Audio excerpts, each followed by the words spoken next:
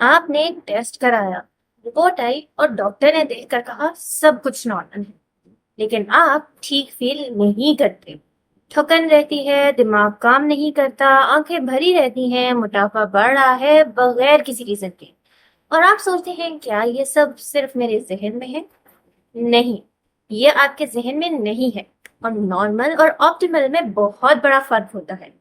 आज मैं आपको वो 3 चीजें बताने वाली हूँ जो रूटीन ब्लड टेस्ट में अक्सर मिस हो जाती हैं, लेकिन जो एग्जैक्टली ये सिम्टम्स क्रिएट करती हैं। आज मैं आपको सीधी बात बताऊंगी विदाउट एनी एक्स्ट्रा मटेरियल।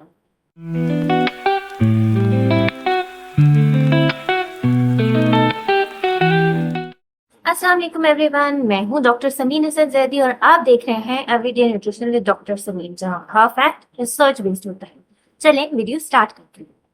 सबसे पहले डिस्कस करते हैं नॉर्मल और ऑप्टिमल का फर्क।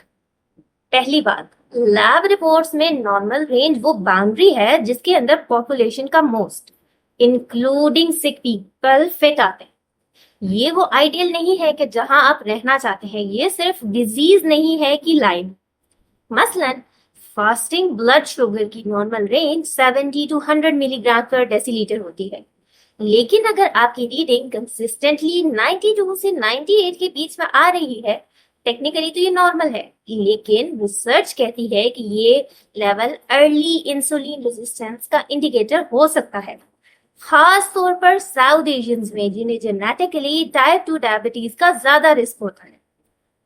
HbA1c का 5.5 से 5.7% तक का रेंज नॉर्मल है, लेकिन ये प्री डायबिटिक ट्रेजेक्ट्री का इंडिकेटर हो सकता है।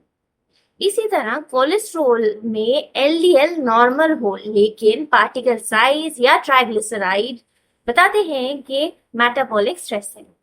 ये सब ऑप्टिमल रीडिंग्स हैं जो रूटीन डॉक्टर विजिट में यूजुअली फ्लैग नहीं होती, क्योंकि वो अभी क्लिनिकल डिजीज नहीं है। नाउ व्हाट टू आस्क, अपने डॉक्टर से रूटीन नंबर के अलोंगसाइड ये भी रिक्वेस्ट करें कि वो आपका fasting insulin, HbA1c, triglyceride to HDL ratio और CRP जो कि एक इन्फ्लेमेशन मार्कर है भी करें। ये सब रूटीन पैनल में नहीं होते, लेकिन अर्ली डिस्फंक्शन को क्लियरली डिस्टिंग्विश कर सकते हैं। दूसरी वजह, ज्यादातर रूटीन पैनल में वो टेस्ट होते ही नहीं हैं जो फटीग, फॉग और लो मूड के एक्चुअल रीजंस को डायग्नोज करें। For example vitamin D Pakistan में रूटीन CBC या LFT में इंक्लूड नहीं होता। Deficiency directly fatigue, bone pen, muscle weakness और लो इम्यूनिटी से लिंक्ड है। साउथ एशियन में ये डेफिशिएंसी अलार्मिंग रेट से कॉमन है। फेरेटिन, CBC में हीमोग्लोबिन तो नॉर्मल हो सकता है, बट फेरेटिन जो आयरन स्टोर्स मेजर करता है कंप्लीटली डिप्लीटेड हो सकता है। और डिप्लीटेड फेरेटिन थकन, हेयर फॉल और पुअर कंसंट्रेशन कॉज करता है, अनीमिया से वीक स्पेट। मैग्नीशियम ऑलमोस्ट कभी रूटीन टेस्ट में नहीं होता। डेफिशिएंसी स्लीप डिस्टरप्शन, मसल क्रैम्प्स और एंजाइटी से डायरेक्टली कनेक्टेड है।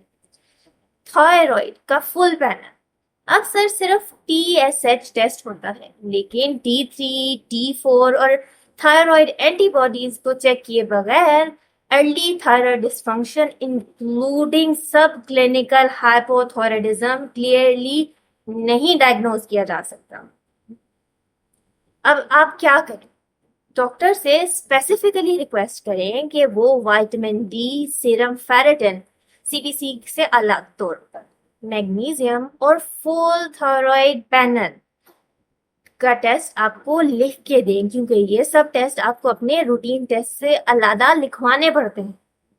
तीसरी वजह वो है जो कोई ब्लड टेस्ट कभी भी नहीं पकड़ सकता, लेकिन जो हमारे साउथ एशियन लाइफस्टाइल में ऑलमोस्ट यूनिवर्सल है।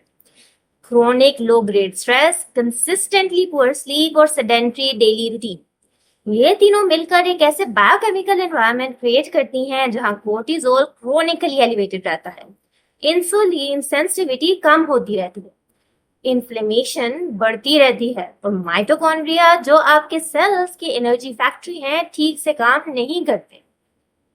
Now why common reports miss this? Blood test एक मोमेंट का स्नैपशॉट है, क्रोनिक स्ट्रेस का इफेक्ट लैब में तभी नजर आता है जब डैमेज सिग्निफिकेंट हो चुकी होती है, लेकिन आप सिम्टम्स फील कर सकते हैं बहुत पहले से ही, जब लैब में अभी भी आपकी वैल्यूज नॉर्मल होती है। इसी गैप को सब क्लिनिकल या फंक्शनल डिसफंक्शन कहते हैं। Your 3 lifestyle tips.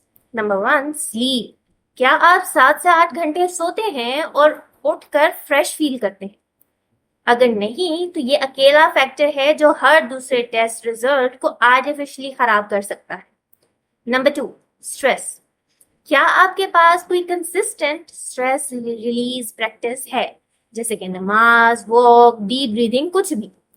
Without outlet, chronic stress labs normal रखता है, लेकिन अंदर से साइलेंटली बॉडी को डैमेज करता रहता है। Number 3, movement.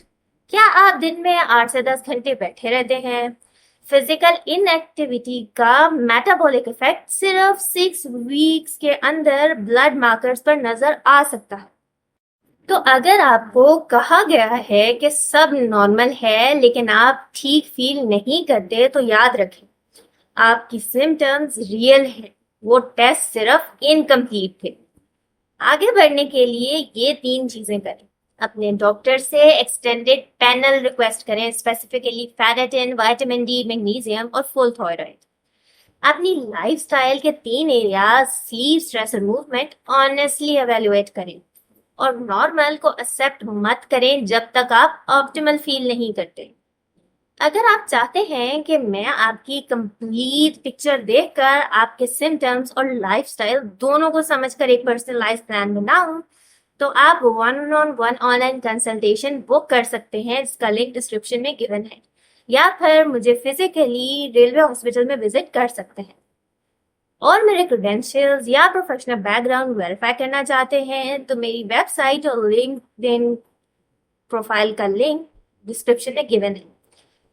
ये वीडियो उन लोगों के साथ जरूर शेयर करें जो डॉक्टर के पास जाते हैं लेकिन वापस आ जाते हैं विदाउट एनी आंसर्स। कमेंट्स में बताएं कि आपकी कौन सी सिम्टम है जो रिपोर्ट्स के बावजूद अभी तक अनएक्सप्लेन्ड है। अपना ख्याल रखें, मिलते हैं मेरी नेक्स्ट वीडियो में। As always, let's eat smart together for a happier, healthier you. Allah Hafiz.